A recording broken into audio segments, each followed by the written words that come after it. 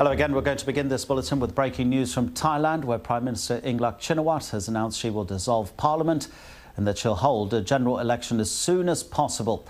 This follows a wave of anti-government protests in the capital, Bangkok, and there for us is my colleague Jonah Fisher.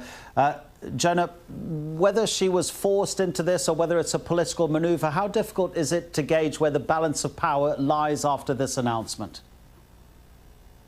Well, it's a pretty fluid situation here, Adnan. About 90 minutes ago, Yingluck, the Prime Minister, announced that she was dissolving Parliament, calling an election. That has to be held within 60 days. When she made that announcement, she said the government does not want there to be any loss of life. It's possible that she and her advisors looked out the window today and saw the number of people heading into the central parts of Bangkok along 9 routes. There's a very large anti-government demonstration taking place today with the aim of overthrowing Yingluck's government. They took one look at that, thought there is a possibility this could end in violence, in loss of life. The way to take the steam out of it, if you like, is to dissolve Parliament, call an election and hope that some of the momentum and anger that's fueling these demonstrations goes away.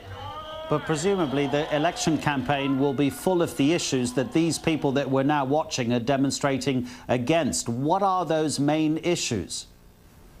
You say the election campaign. It's by no means certain that the parties who are primarily taking part in these anti-government demonstrations will participate in that election. The leader of the anti-government demonstrations has made it clear from the very start that he doesn't want simply a dissolution of Parliament and fresh elections, quite possibly because he knows almost certainly he's going to lose. What he talks about is instead a new political system here, an unelected People's Council is what he calls it. It does put pressure on other members of the anti-government movement. The Democrat Party, whose MPs all resigned from Parliament yesterday, will be in a very difficult position deciding as to whether to take part in this election. If they decide not to, well, it does raise some pretty fundamental questions about democracy here in Thailand.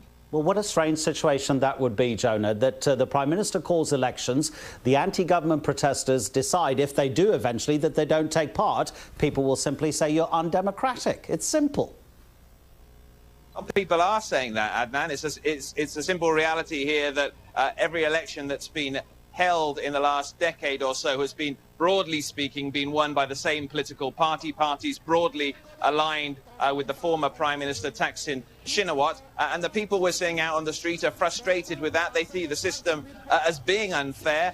They see Thaksin and his colleagues as having bought elections in the past with their populist policies as they see it, and blatant vote buying is what they call it as well. So they don't want a simple election because they know they'll lose again, almost certainly. What they talk about instead is this unelected People's Council made up of appointed figures. Yes, it is undemocratic, but you look at the number of people on the streets here today, there is a significant body of people, probably not a majority here in Thailand, very frustrated with the current system.